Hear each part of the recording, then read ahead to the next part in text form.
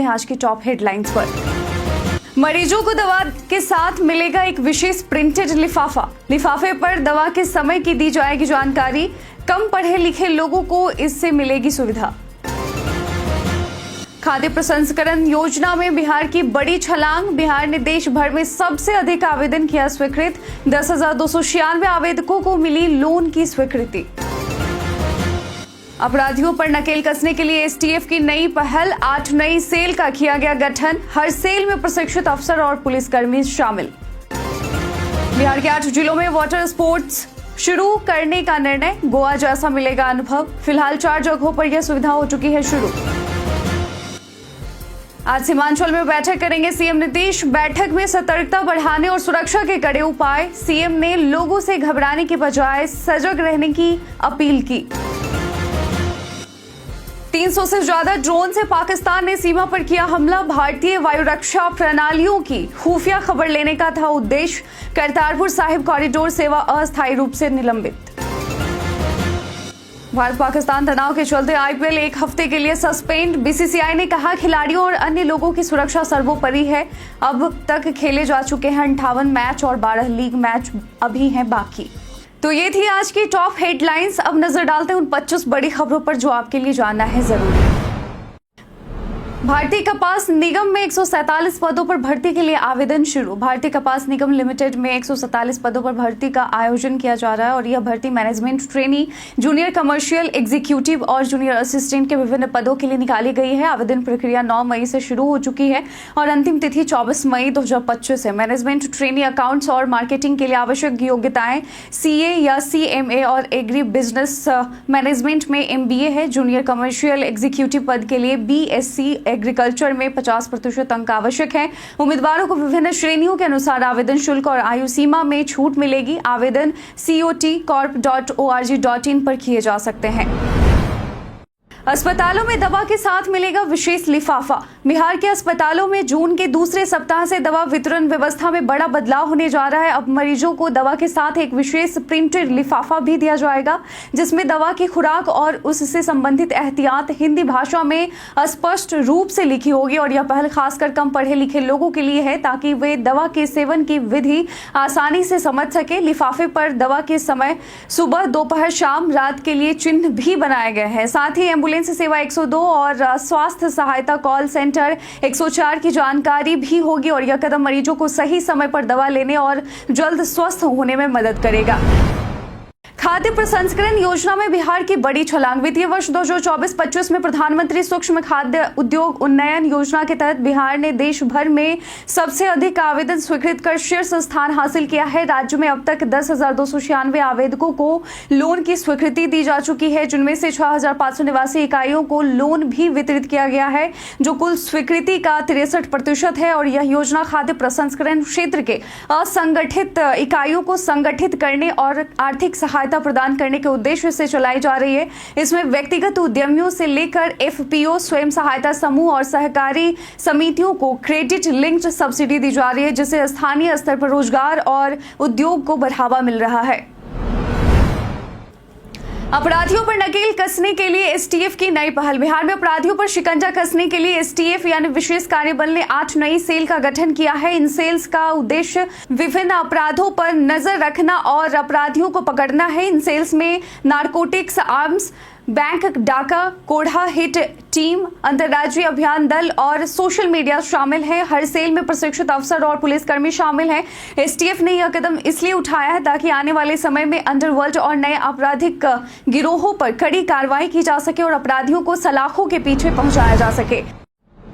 बिहार के 8 जिलों में वाटर स्पोर्ट्स शुरू करने का निर्णय। बिहार में अब पर्यटकों को गोवा जैसा अनुभव मिलेगा क्योंकि राज्य सरकार ने 8 जिलों में वाटर स्पोर्ट्स शुरू करने का निर्णय लिया है। फिलहाल पटना, मोतिहारी जो कि पूर्वी चंपारण में है, पश्चिम चंपारण और बांका में यह सुविधा शुरू हो चुकी है जहां गंगा नदी, मोती झील, अमवा वन और ओढ़नी झील में पर्यटक वाटर स्पोर्ट्स का आनंद ले रहे हैं। मुजफ्फरपुर, गया, मुंगेर और पूर्णिया में जल्द ही वाटर स्पोर्ट्स की शुरुआत की जाएगी और इन स्थानों पर पर्यटकों के ठहराव को बढ़ावा देने के लिए संरचनात्मक विकास किया जा रहा है। हाई स्पीड मोटर बोट और अन्य रोमांचक गतिविधियां युवाओं और बच्चों को आकर्षित करेंगी जिससे बिहार में पर्यटन को नया आयाम मिलेगा।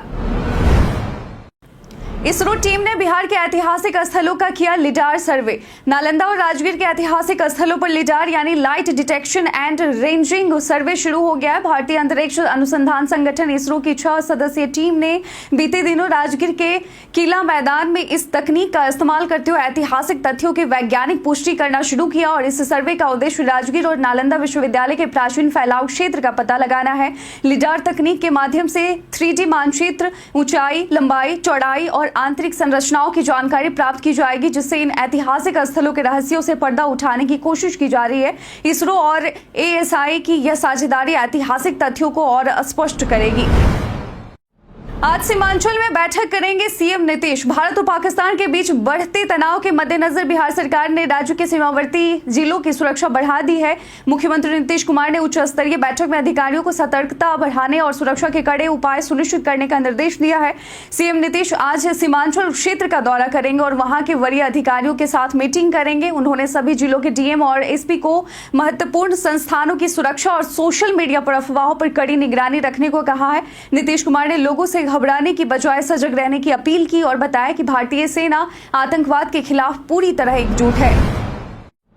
शिक्षा विभाग में BEO पदों की समाप्ति, AEDO की होगी नियुक्ति। जी हां, शिक्षा विभाग यानी बिहार में शिक्षा प्रशासन में बड़ा बदलाव किया जा रहा है। राज्य सरकार ने बिहार शिक्षा प्रशासन संवर्ग नियमावली 2025 को मंजूरी दी है, जिसके तहत 534 प्रखंड शिक्षा पदाधिकारी के पद चरणबद्ध तरीके से समाप्त किए जाएंगे। BEO के सेवानिवृत्त होने पर उनके पद स्वतः समाप्त हो जाएंगे और इनकी जगह सहायक शिक्षा विकास पदाधिकारी की नियुक्ति होगी और इन पदों पर 50% सीधी भर्ती और 50% पदोन्नति के जरिए नियुक्तियां बिहार लोक सेवा आयोग से की जाएंगी और 1991 से रिक्त पड़े इन पदों पर बहाली की जाएगी, जिससे शिक्षा व्यवस्था को और प्रभावी बनाया जा सके। जल्द शुरू होंगी 1.25 लाख करोड़ रुपए की सड़क परियोजना। बिहार में सड़क, पुल और एक्सप्रेसवे के क्षेत्र में इस साल बड़ी तेजी आएगी। केंद्र सरकार ने बिहार के लिए 1.25 लाख करोड़ रुपए की लागत वाली सड़क परियोजनाओं को मंजूरी दी है, जिनमें प्रधानमंत्री पैकेज 2015 की लंबित योजनाएं भी शामिल हैं। इनमें गोरखपुर सिलीगुड़ी, रक्सौल हल्दिया, पटना पूर्णिया और बक्सर भागलपुर को जोड़ने वाले 4 मेगा एक्सप्रेसवे शामिल हैं, जिनकी लागत लगभग 75,000 करोड़ रुपए है और इन परियोजनाओं से बिहार के विभिन्न हिस्सों को तेज रफ्तार संपर्क मिलेगा। साथ ही कई राष्ट्रीय राजमार्ग, रेलवे ओवरब्रिज और बाईपास भी बनेंगे, जिससे रोजगार के अवसर बढ़ेंगे और यात्रा की सुविधा में सुधार होगा। व्हाट्सएप जल्द लॉन्च करेगा मैसेज समरी फीचर। व्हाट्सएप जल्द ही एक नया AI फीचर पेश करने जा रहा है, जिससे यूजर्स को मैसेज की समरी यानी सारांश आसानी से मिल सकेगा और यह फीचर खास तौर पर उन लोगों के लिए उपयोगी होगा जो बड़े ग्रुप्स या ब्रॉडकास्ट चैनलों का हिस्सा होते हैं, जहां बहुत सारे मैसेज आ जाते हैं और उन्हें पढ़ पाना मुश्किल होता है। इस फीचर का नाम समराइज विद मेटा AI होगा और यह एंड्रॉइड ऐप के बीटा वर्जन में देखा गया है। जब किसी यूजर को एक साथ ढेरों मैसेज मिलते हैं तो बटन दिखेगा। इस पर क्लिक करते ही मेटा AI उन सभी मैसेजों का एक छोटा सारांश बना देगा, जिससे बातचीत को जल्दी समझा जा सकेगा। बिहार में आम लोगों को भी सिविल डिफेंस में जोड़ने की पहल। भारत पाकिस्तान के बीच बढ़ते तनाव के मद्देनजर बिहार सरकार ने आपात स्थिति से निपटने की तैयारियों को लेकर सिविल डिफेंस को मजबूत करने की पहल की है। विकास आयुक्त सह आपदा प्रबंधन विभाग के अपर मुख्य सचिव प्रत्यय अमृत ने बैठक के बाद बताया कि राज्य में ब्लैकआउट की मॉक ड्रिल आयोजित की जाएगी। सिविल डिफेंस स्वयंसेवकों की संख्या 2000 से बढ़ाकर अधिक की जाएगी, जिसमें अब NCC, NSS, स्काउट गाइड और आपदा मित्र जैसे समूह भी शामिल होंगे और आम लोग भी स्वेच्छा से इस पहल में जुड़ सकते हैं। स्वास्थ्य सेवाओं की तैयारियों की समीक्षा भी की गई है, जिसमें मेडिकल आपात स्थितियों के लिए बेड और ऑक्सीजन की व्यवस्था सुनिश्चित करने पर जोर दिया गया है। बिहार पुलिस सिपाही भर्ती में 21,391 पदों पर हुआ चयन। केंद्रीय चयन परिषद सिपाही भर्ती ने शुक्रवार यानी बीते दिन बिहार पुलिस सिपाही भर्ती परीक्षा का रिजल्ट जारी कर दिया और इस भर्ती प्रक्रिया के तहत कुल 21,391 पदों पर चयन किया गया है, जिसमें 10,205 पुरुष, 11,178 महिलाएं और 8 ट्रांसजेंडर अभ्यर्थी सफल हुए हैं। प्रारंभिक रूप से 17,87,000 उम्मीदवारों ने पंजीकरण कराया था, जिनमें से करीब 11,95,000 ने लिखित परीक्षा दी। शारीरिक दक्षता परीक्षा में 86,539 अभ्यर्थी शामिल हुए थे। चयनित अभ्यर्थियों में बिहार पुलिस के लिए 19,958 और बिहार विशेष सशस्त्र पुलिस के लिए 1,433 पद भरे गए हैं। पूरी चयन सूची केंद्रीय चयन परिषद की वेबसाइट csvc.bihar.gov.in पर देखी जा सकती है। बिहार यूपी के बीच गंगा नदी पर बनेगा नया पुल। बिहार और उत्तर प्रदेश के बीच सड़क संपर्क को मजबूत बनाने के लिए गंगा नदी पर बक्सर और भरौली, जो कि यूपी में है, के बीच एक नया 3 लेन का पुल बनाया जाएगा और यह पुल पूर्वांचल क्षेत्र को ग्रीनफील्ड एक्सप्रेसवे से जोड़ते हुए यातायात में सुधार करेगा। निर्माण कार्य 15 जून 2025 से शुरू होने की संभावना है। इसके लिए मिट्टी की जांच की जा रही है। परियोजना की कुल लागत 368 करोड़ है और इसकी लंबाई 3.2 किलोमीटर होगी और यह नया पुल वीर कुंवर सिंह सेतु के पास बनेगा। दोनों राज्यों के बीच माल एवं यात्री परिवहन में सुविधा बढ़ाएगा, साथ ही सामाजिक आर्थिक विकास को भी बढ़ावा देगा। क्रेडिट स्कोर रेगुलर चेक करने के जाने 6 फायदे। अपने क्रेडिट स्कोर को नियमित रूप से चेक करना बहुत जरूरी है, क्योंकि इससे आपको अपनी फाइनेंशियल सिचुएशन को समझने में मदद मिलती है। इससे यह पता चलता है कि आपके क्रेडिट का उपयोग कैसे हो रहा है और लोन की पात्रता कैसी है। क्रेडिट स्कोर चेक करने से आप समय पर किसी गलती या एरर को पहचान सकते हैं, जिससे आपके स्कोर पर नकारात्मक असर नहीं पड़ता।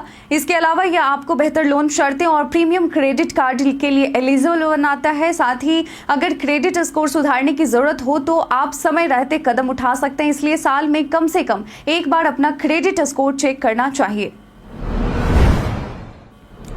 सरकार को फैंसी नंबर प्लेट से 23 करोड़ 91 लाख की आमदनी। जी हां, बिहार में फैंसी नंबर प्लेट का क्रेज बढ़ रहा है, खासकर पटना में, जहां 1 अप्रैल 2024 से 31 मार्च 2025 के बीच 5,709 लोगों ने फैंसी नंबर के लिए 9 करोड़ 47 लाख रुपए खर्च किए हैं। मुजफ्फरपुर और गया में भी लोगों ने अच्छा खर्च किया, जबकि शिवहर और अरवल जिले में यह संख्या काफी कम रही। इस दौरान सरकार को 23 करोड़ 91 लाख रुपए की आय हुई है। परिवहन मंत्री शीला कुमारी ने बताया कि लोग अब ऑनलाइन फैंसी नंबर प्लेट ले सकते हैं, जिससे न केवल वाहन मालिकों को खुशी मिलती है, बल्कि सरकार को भी राजस्व में वृद्धि हो रही है। 15 जून तक 100% चावल आपूर्ति के मिले निर्देश। खाद्य एवं उपभोक्ता संरक्षण विभाग के प्रधान सचिव पंकज कुमार और सहकारिता विभाग के सचिव धर्मेंद्र सिंह ने सभी संबंधित अधिकारियों को निर्देश दिया कि चावल की आपूर्ति का कार्य 15 जून तक हर हाल में 100% पूरा किया जाए। बीते दिन हुई समीक्षा बैठक में बताया गया कि अब तक केवल 67% चावल की आपूर्ति ही हो सकी है, तो तय लक्ष्य से काफी कम है और विशेष रूप से सिवान, औरंगाबाद, नालंदा, जमुई, भोजपुर और बांका जिले में प्रदर्शन बेहद कमजोर पाया गया है। अधिकारियों ने इस पर नाराजगी जताई और चेताया कि कार्य में तेजी लाई जाए। बैठक में दोनों विभागों के वरिष्ठ अधिकारी एवं बिहार राज्य खाद्य निगम के प्रतिनिधि भी उपस्थित रहे। बिहार में फिर 40 के पार हुआ तापमान। आंधी बारिश के दौर के थमने के बाद बिहार में भीषण गर्मी ने फिर से दस्तक दी है। करीब 10 दिन बाद प्रदेश का तापमान बीते दिन 40 डिग्री सेल्सियस के पार पहुंच गया। मौसम विभाग ने अगले 2 दिनों में अधिकतम तापमान में 5 से 8 डिग्री और न्यूनतम तापमान में 3 से 5 डिग्री सेल्सियस तक बढ़ोतरी की चेतावनी दी है। शनिवार को उत्तर प्रदेश, उत्तर मध्य और दक्षिण पूर्व बिहार के जिले गर्म व शुष्क रहेंगे, यानी आज। रविवार को पूर्वी चंपारण, पश्चिमी चंपारण, गोपालगंज और सिवान में लू चलने की आशंका है। पटना में बादल छाए रहेंगे, लेकिन गर्मी बनी रहेगी। बीते दिन गया का तापमान सबसे ज्यादा 40.2 डिग्री और बांका सबसे ठंडा शहर रहा। पटना में एएसआई रिश्वत लेते रंगे हाथ गिरफ्तार। पटना में विशेष निगरानी इकाई ने बड़ी कार्रवाई करते हुए दीदारगंज थाने में तैनात सहायक अवर निरीक्षक अभिनंदन को 10,000 रुपए की रिश्वत लेते रंगे हाथ गिरफ्तार किया। फतुहा निवासी रोहित कुमार पीताम्बर ने शिकायत दर्ज कराई थी कि उसके ऑटो रिक्शा को जांच के दौरान जब्त कर लिया गया था और उसे छोड़ने के बाद एएसआई अभिनंदन 10,000 रुपए की रिश्वत की मांग कर रहा था। विशेष निगरानी इकाई ने डीएसपी बिंदेश्वर प्रसाद के नेतृत्व में योजना बनाकर शिकायतकर्ता को पैसे के साथ भेजा। जैसे ही आरोपी अपने आवास पर रिश्वत ले रहा था, टीम ने उसे पकड़ लिया। फिलहाल उससे पूछताछ चल रही है और जल्द ही उसे विशेष निगरानी अदालत में पेश किया जाएगा। बिहार के 6 खिलाड़ी माउंट एवरेस्ट चैंपियनशिप में लेंगे भाग। नेपाल की राजधानी काठमांडू में 16 से 20 मई तक 11वीं mount Everest international karate championship का आयोजन किया जाएगा और इस प्रतियोगिता में भारत का प्रतिनिधित्व बिहार के 6 खिलाड़ी करेंगे, जिनमें मुजफ्फरपुर के नितिन, अंकित परिधि, शिवहर के वंश, वैशाली के सौरभ और आकाश राज शामिल हैं। और इन खिलाड़ियों का चयन इंडिया जैन डू शीन कराटे फेडरेशन द्वारा आयोजित ट्रायल से हुआ है, जिसमें 60 खिलाड़ियों ने भाग लिया था। चयनित खिलाड़ियों को फेडरेशन की सचिव शिंडाई शिल्पी सोनम ने सिलेक्टर लेटर दिया है और मुख्य कोच शिहानी राहुल श्रीवास्तव ने भारतीय टीम के अच्छे प्रदर्शन की उम्मीद जताई। राष्ट्रपति ने the land for job case में मुकदमा चलाने की मंजूरी। लैंड फॉर जॉब घोटाले में आरजेडी प्रमुख लालू प्रसाद यादव की मुश्किलें और बढ़ गई हैं। राष्ट्रपति द्रौपदी मुर्मू ने उनके खिलाफ मुकदमा चलाने की मंजूरी दे दी है और यह मंजूरी सीआरपीसी की धारा 197(1) के तहत दी गई है, जो सरकारी पद पर रहते हुए अपराध के मामलों में अभियोजन की अनुमति से जुड़ी है। आरोप है कि रेल मंत्री रहते 2004 से 2009 तक लालू प्रसाद यादव ने रेलवे में ग्रुप डी की नौकरियों के बदले लोगों से जमीन ली और इस मामले की जांच ईडी और सीबीआई दोनों कर रही है। ईडी और सीबीआई ने लालू और उनके परिवार और सहयोगियों के खिलाफ कई आरोप पत्र भी दाखिल किए हैं, जिससे अब कानूनी शिकंजा और कसा गया है। 300 से ज्यादा ड्रोन से पाकिस्तान ने सीमा पर किया हमला। 7 और 8 मई की रात पाकिस्तान ने भारतीय सीमा पर 36 स्थानों पर घुसपैठ की कोशिश की, जिसमें लगभग 300 से 400 तुर्की निर्मित ड्रोन का इस्तेमाल किया गया। इस ड्रोन का उद्देश्य भारतीय वायु रक्षा प्रणालियों की क्षमता जांचना और खुफिया जानकारी जुटाना था। भारतीय सेना ने कई ड्रोन को मार गिराया और जवाबी कार्रवाई में पाकिस्तान सैन्य ठिकानों को नुकसान पहुंचाया और इस हमले में कुछ भारतीय जवान भी घायल हुए हैं। पाकिस्तान ने नागरिक विमानों को ढाल के रूप में इस्तेमाल कर खतरा और बढ़ाया। इसके साथ ही उसने भारत का झूठे आरोप लगाकर कि धार्मिक स्थलों को निशाना बनाने का दावा किया है, जिससे सांप्रदायिक तनाव भड़काने की कोशिश की गई। वहीं करतारपुर साहिब कॉरिडोर सेवा अस्थायी रूप से निलंबित कर दी गई है। भारत पाकिस्तान तनाव के चलते आईपीएल एक हफ्ते के लिए सस्पेंड। भारत और पाकिस्तान के बीच बढ़ते सैन्य तनाव के चलते बीसीसीआई ने इंडियन प्रीमियर लीग 2025 को तत्काल प्रभाव से एक सप्ताह के लिए स्थगित कर दिया है। धर्मशाला में पंजाब किंग्स और दिल्ली कैपिटल्स के बीच मैच रद्द होने और जम्मू पठानकोट में हवाई हमले की चेतावनी के बाद यह निर्णय लिया गया है। बीसीसीआई ने कहा कि खिलाड़ियों, प्रसारकों, प्रायोजकों और प्रशंसकों की सुरक्षा सर्वोपरि है। अब तक 58 मैच आईपीएल के हो चुके हैं और 12 लीग मैच बाकी हैं। हालात सामान्य होने पर डबल हेडर के साथ टूर्नामेंट फिर शुरू किया जा सकता है। बीसीसीआई ने अन्य बोर्डों को स्थिति से अवगत कराया है और खिलाड़ियों की सुरक्षित वापसी के लिए चार्टर्ड फ्लाइट्स की व्यवस्था भी की जा रही है। भारत के इतिहास में आज की तारीख कई कारणों से दर्ज। 1857 में आज के दिन भारत का प्रथम स्वतंत्रता संग्राम इसी दिन आरंभ हुआ। 1526 में पानीपत की लड़ाई जीतने के बाद बाबर ने देश की तत्कालीन राजधानी आगरा में कदम रखा। 1857 में अंग्रेजी हुकूमत के खिलाफ पहले स्वतंत्रता संग्राम की शुरुआत। मेरठ के तीनों रेजिमेंट के सिपाहियों ने बगावत का झंडा उठाकर दिल्ली कूच कर दिया। इसमें महिलाओं ने भी सहयोग दिया। ब्रिटिश अधिकारियों ने इसे दबाने के लिए अपनी पूरी ताकत झोंक दी। 1993 में संतोष यादव दुनिया के सबसे ऊंचे पर्वत शिखर एवरेस्ट पर 2 बार पहुंचने वाली पहली महिला पर्वतारोही बनी। 2-3 दिन एटीएम बंद रहने वाला दावा निकला फर्जी। सोशल मीडिया और व्हाट्सएप पर एक भ्रामक संदेश तेजी से फैल रहा है, जिसमें दावा किया गया है कि भारत पाकिस्तान के बीच तनाव को देखते हुए एटीएम 2-3 दिन के लिए बंद रहेंगे। सरकार ने इस दावे को झूठा करार दिया है। प्रेस सूचना ब्यूरो पीआईबी ने फैक्ट चेक कर साफ किया है कि सभी एटीएम सामान्य रूप से काम करते रहेंगे और ऐसी किसी योजना की पुष्टि नहीं की गई है। सरकार ने लोगों से अपील की है कि वे असत्यापित और भ्रामक संदेशों पर भरोसा न करें, क्योंकि इससे जनता में दहशत फैल सकती है और बैंकिंग सेवाएं प्रभावित हो सकती हैं। यह संदेश अफवाह फैलाने और अशांति पैदा करने की साजिश का हिस्सा बताया गया है। भारत पाक तनाव के कारण शेयर बाजार में गिरावट। भारतीय शेयर बाजार कारोबारी सप्ताह के आखिरी दिन गिरावट के साथ बंद हुआ, जिसका मुख्य कारण पश्चिमी सीमा पर पाकिस्तान द्वारा किए गए ड्रोन हमले के बाद बढ़े तनाव का था। बीएसई पर सेंसेक्स 880 अंकों की गिरावट के साथ 79,454.47 पर बंद हुआ, जबकि एनएसई पर निफ्टी 0.99% गिरकर 24,033.25 पर आकर बंद हुआ और इस दौरान टाइटन, टाटा मोटर्स जैसे शेयर टॉप गेनर बने। वहीं आईसीआईसीआई बैंक और पावर ग्रिड जैसे शेयर टॉप लूजर रहे। रियल्टी और प्राइवेट बैंक इंडेक्स में गिरावट आई, जबकि अन्य सेक्टर्स